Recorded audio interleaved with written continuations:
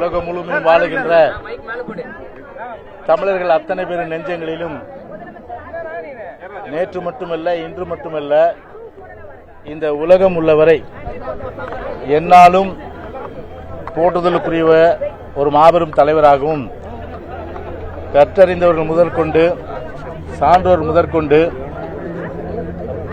தமிழகத்தை பொறுத்த மட்டும் இல்லாமல் உலகம் வாழுகின்ற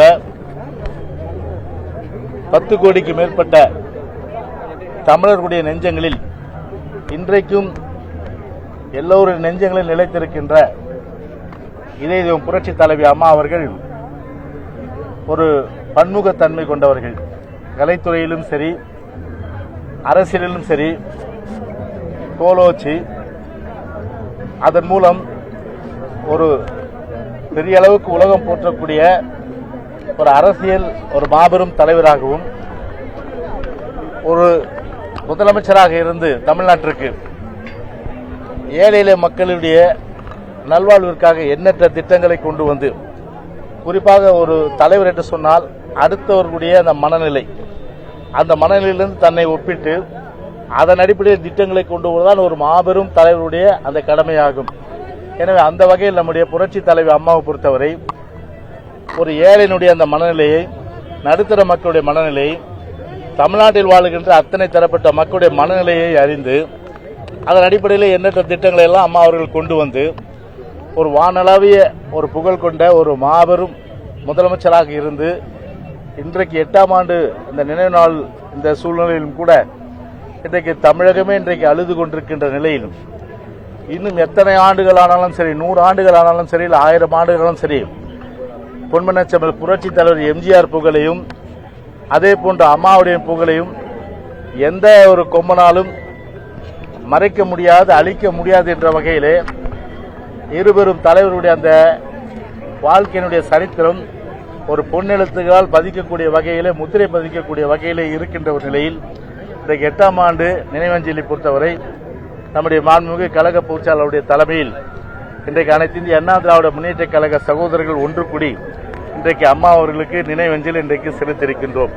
சார், திருவண்ணாமலை மாவட்டத்தில் சமீபத்தில் கட்டப்பட்ட ஒரு மேம்பாலம் இடிஞ்சு விழுந்துடுச்சு. அது தொடர்பாக அதிமுக பொதுச் செயலாளர் எடப்பாடி பழனிசாமி ஒரு அறிக்கை கொடுத்தாரு. அதுக்கு பதில் அறிக்கை கொடுத்திருக்காரு அமைச்சர் ஏவா வேலு. அதிமுக ஆட்சி காலத்திலும் மேம்பாலங்கள் இடிந்து விழுந்தது, இது ஒரு பேரிடர்னால தான் இந்த மேம்பாலம் இடிந்து விழுந்தது, இதுல அரசியல் ஆதாயம் தேடாதீங்க. எப்படி பாக்குறீங்க? இல்ல, எவ்வளவு ஒரு தமிழ்நாட்டு மக்களை பொறுத்தவரை ஒரு முகம் சுளிக்கின்ற ஒரு அறிக்கை, ஒரு கேவலமா நினைக்க மாட்டாங்களா? கேவலமா தான் நினைக்கிறாங்க. இந்த விடியாத அரசு, ஸ்டாலின் மாடல் அரசை பொறுத்தவரை 3 மாசத்திலேயே எங்க ஆட்சியில எல்லாம் திறந்து விழுந்தது பாலம். திறந்து 3 மாசத்திலேயே அந்த பாலம் இருந்த வடிவேலு காமெடி மாதிரி கிணத்தை காணன்ற மாதிரி பாலத்தை காணும். பாலம் இருந்த சுவடே தெரியல. அப்ப எந்த அளவுக்கு ஊழல் ஒரு கரை புரண்டு ஓடி இன்றைக்கு பார்த்தா அதனுடைய உச்சக்கட்டமாக இன்றைக்கு அவருடைய ஆட்சியிலே திறக்கப்பட்ட பாலம் இன்றைக்கு ஆத்தோடு போய் இன்னைக்கு தடயமில்லாத போனது பார்க்கும்போது இன்னும் ஸ்டாலின் சொல்றாரு, எங்க ஆட்சியில கட்ட பாலம் சொல்லிட்டு ஒரு 20 பாலத்தை மனப்பாடம் பண்ணிட்டு வந்துட்டாரு. ஏற்கனவே சினிமாவில் நடிச்ச பழக்கம் இருக்கு இல்லையா அவரு, அதாவது டயலாக் மனப்பாடம் பண்ணிட்டு பேசுறாரு. சென்னையில எத்தனை பாலம்? நான் கேட்கிறேன், 1996 2001 வாக்கில் கட்டின பாலத்தை சொல்றீங்க நீங்க அவங்க அப்பாவுடைய ஆட்சி காலத்துல. இதே பீட்டர் அல்போன்ஸ் அவர் பக்கத்திலேயே இருக்காரு, காங்கிரஸ் கட்சி, ஒரு பெரிய புக்கே போட்டார். ஒரு பெரிய புக்கே திமுக ஆட்சியில 96 2001 கட்டப்பட்ட மேம்பாலத்தில் எப்படிப்பட்ட ஊழல், விஞ்ஞானபூர்வமான ஊழல் சொல்லிட்டு அந்த புக்கே போட்டார். நான் அதை தேடிட்டு இருக்கேன், அது கிடைச்சிடும். அந்த புக்கு கிடைச்சா உங்களுக்கு நான் தரேன். நான் அதை ஆனா பீட்டர் அல்போன்ஸ் நீங்க இதை கேள்வி கேளுங்க, இதை பார்த்துட்டு இருப்பாரு கண்டிப்பா. நீங்க அந்த புக்கு போட்டீங்களா இல்லையான்னு மட்டும் கேளுங்க. ஒரு கேள்வி எப்படின்னா, ஒரு எஸ்டிமேட், ஒரு பாலம் கட்டினா நம்முடைய என்ஜினியரை வச்சு 100 ரூபாயில கட்ட வேண்டிய பாலத்தை பிரைவேட் கன்சல்டன்ட்டை வச்சு 200 ரூபான்னு சொல்லி அதை என்ன பண்ணிட்டாங்க, 80 ரூபாயில 120 ரூபாயில நாங்க கட்டிட்டோம், 80 ரூபா மிச்சன்னு. ஆனா இந்த பாலம் பார்த்தீங்கன்னா எஸ்டிமேட்டட் வேல்யூ 100 ரூபாய், ஆனா கட்டினா 80 ரூபா கட்டலாம். ஆனா 120 ரூபாய்க்கு நாங்க முடிச்சிட்டோம்னு சொன்னா 40 ரூபாய் எங்க போச்சு கமிஷனு? நான் 100 ரூபாய் கணக்குல சொல்றேன். நான் அப்படி விஞ்ஞான பூர்வமான ஊழல் பண்ணி அந்த ஊழலில் திளைத்தெடுத்து கட்டப்பட்ட பாலங்கள் தான் இன்னைக்கும் அந்த சாட்சியா இருக்கு. இன்னைக்கு பீட்டர் அல்போன்ஸ் புக்கை வாங்கி பாருங்க நீங்க, அதான் சாட்சி அது. அதனால கேட்டதுக்கு பதில் சொல்லாம பட்டுக்கோட்டை கொள்ளி கேட்டா கொட்டைப்பாக்குன்ற மாதிரி அது ஒரு பதிலே ஒரு சரியான ஒரு எதிர்கட்சி தலைவர் குற்றம் சாட்டுறாரு. குற்றம் சாட்டினா பொறுப்பை சொல்லணும். அதை விட்டுட்டு பொறுப்பில்லாத பதில்ல ஒரு முதலமைச்சரோ அது ஸ்டாலினோ அதே போன்ற அமைச்சர்கள் சொல்லுது ஒரு தலைகணத்தினுடைய உச்சம், ஒரு ஆணவத்துடைய உச்சம், திமிருனுடைய உச்சம். அந்த திமிரு தலைகண ஆணவம் எல்லாத்துக்கும் முடிவு கட்டுற நாள் 2026ஆம் ஆண்டு. அது கண்டிப்பா மக்கள் எதிர்பார்த்துட்டு இருக்காங்க. இன்னைக்கு பாத்தீங்கன்னா இன்னைக்கு ஒரு சாத்தனூர் அணையை பொறுத்தவரையில ஒரு முன்னறிவிப்பு இல்லாம ஒரு முன்னறிவிப்பு கொடுக்கணும்ல மக்களுக்கு. கிட்டத்தட்ட பாத்தீங்கன்னா ஒரு 2 லட்சம் கியூபிக் ஃபீட் அந்த தண்ணி தந்திருக்காங்க. என்னாச்சு விளைவு? முன்னறிவிப்பு இல்லாம விழுப்புரம் மாவட்டம், கள்ளக்குறிச்சி மாவட்டம், திருவண்ணாமலை மாவட்டம், கடலூர் மாவட்டம் அத்தனை மாவட்டங்களும் வெள்ளக்காடாகி இன்னைக்கு இடுப்பளவு தண்ணி நின்று எல்லாமே இது ஒரு தரைதளவுல தண்ணி நின்று மொட்டை மாடியில நின்று இன்னைக்கு உயிருக்கு ஆபத்தான நிலையெல்லாம் இதுக்கு யார் காரணம்? இன்னைக்கு இதே இந்த ஸ்டாலின் மாடல் அரசாங்கம் இன்னைக்கு முழுக்க அந்த ஒரு மாநிலத்துடைய நிர்வாக தோல்வி, முழுக்க அட்மினிஸ்ட்ரேட்டிவ் ஃபெயிலியர், அதாவது நிர்வாகத்துடைய தோல்வி காரணமாக இன்னைக்கு ஒரு முன்னறிவிப்பு இல்லாம இன்னைக்கு திறந்து விட்டு இன்னைக்கு பசியும் பட்டினியுமா இன்னைக்கு மக்கள் எந்த வித இன்னும் தண்ணி பல கிராமங்கள்ல வடியில அந்த அளவுக்கு ஒரு வேதனையான சூழ்நிலையில இன்னைக்கு தேசிய நெடுஞ்சாலை இன்னைக்கு மறியல் எங்க பார்த்தாலும் மறியல் என்ற ஸ்டேஜ்ல இன்னைக்கு இருக்கின்ற நிலையில இத பத்தி எதுவும் கவலைப்படாம பொன்முடி போனாரு. என்னாச்சு விளைவு? மக்கள் ஆக்ரோஷமா சேத்த வாரி தூக்கி வீசினாங்க. இந்த ஆட்சி மீது சேற்றை வாரியும் அமைச்சர்கள் மீது சேற்றை வாரி தூக்கி வீசுறாங்கன்னா எந்த அளவுக்கு மக்கள் இன்றைக்கு தமிழ்நாட்டுக்கு மக்கள் இன்றைக்கு கடுமையான கோபம் இந்த ஸ்டாலின் மாடல் அரசாங்கத்து மேல இருக்கிறது என்பதற்கு இதை விட சான்று இருக்க முடியாது.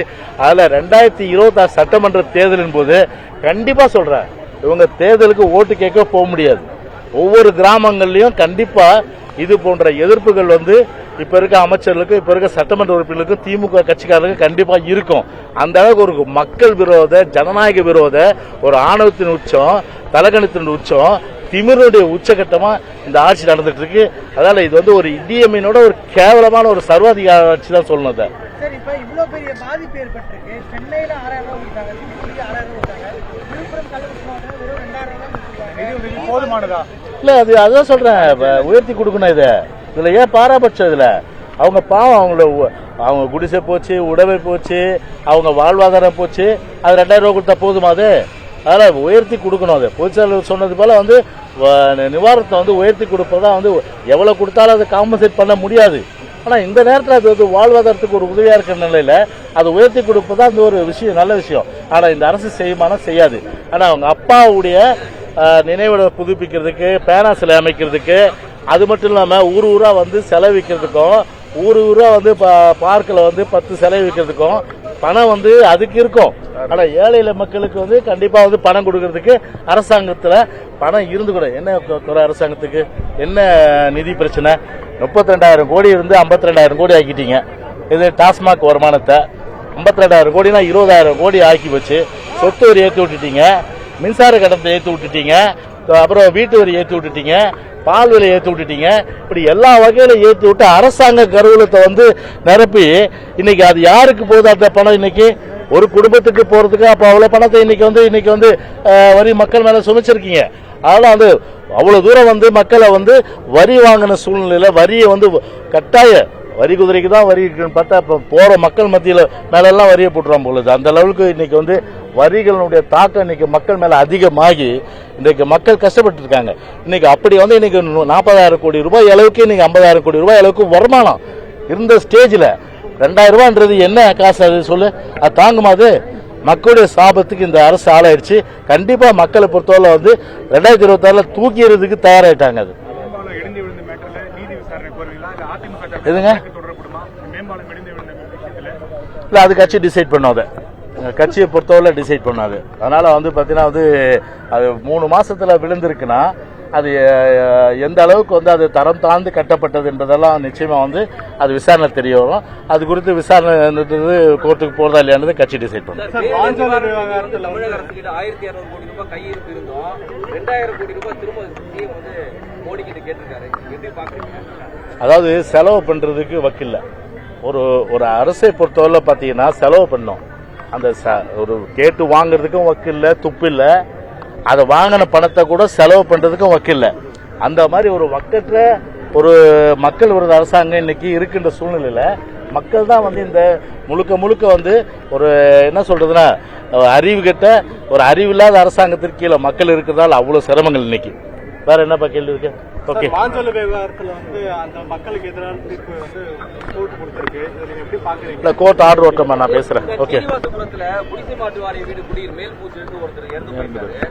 வீட்டு வந்து வாழறதுக்கு தகுதியற்ற வீடு நோட்டீஸ் போட்டியும் கணக்கு எடுக்கல, நீங்க மாத்தி இடத்துக்கு கணக்கு எடுக்காதனால தான் நாங்க கீழே வச்சு. இப்போ ரெண்டு விஷயம். இந்த வாழ்விட மேம்பாட்டு வாரியத்துமுல பழங்காலத்துல கட்டின வீடை வந்து இடிக்கிற சொல்லி இடிச்சு போட்டுட்டு அதுக்கும் வந்து 10 வீடு கட்டல. அவங்க கிட்டத்தட்ட 2 வருஷம் 3 வருஷமா வந்து வெளியில வாடகை கொடுத்துட்டு அவங்க இருந்துட்டு இருக்காங்க.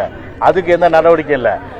பழைய வீடுகள் அதை வந்து இடிச்சிட்டு அது புது வீடு கட்டினா அதுக்கும் வந்து வழி இல்ல. இப்படி பார்த்தீங்கன்னா எல்லா வகையிலும் கஷ்டப்படுற மக்கள் தான் இன்னைக்கு இருந்துட்டு இருக்காங்க. அதோட விளைவு பார்த்தீங்கன்னா இன்னைக்கு சீனிவாசபுரத்துல அந்த ஸ்லாப் விழுந்து இன்னைக்கு ஒரு இறந்தது என்பது ஒரு மிக வந்து ஒரு வருத்தப்படக்கூடிய வேதனைப்படக்கூடிய இந்த அரசு தான் முழு காரணம் அதுக்கு. ஓகே.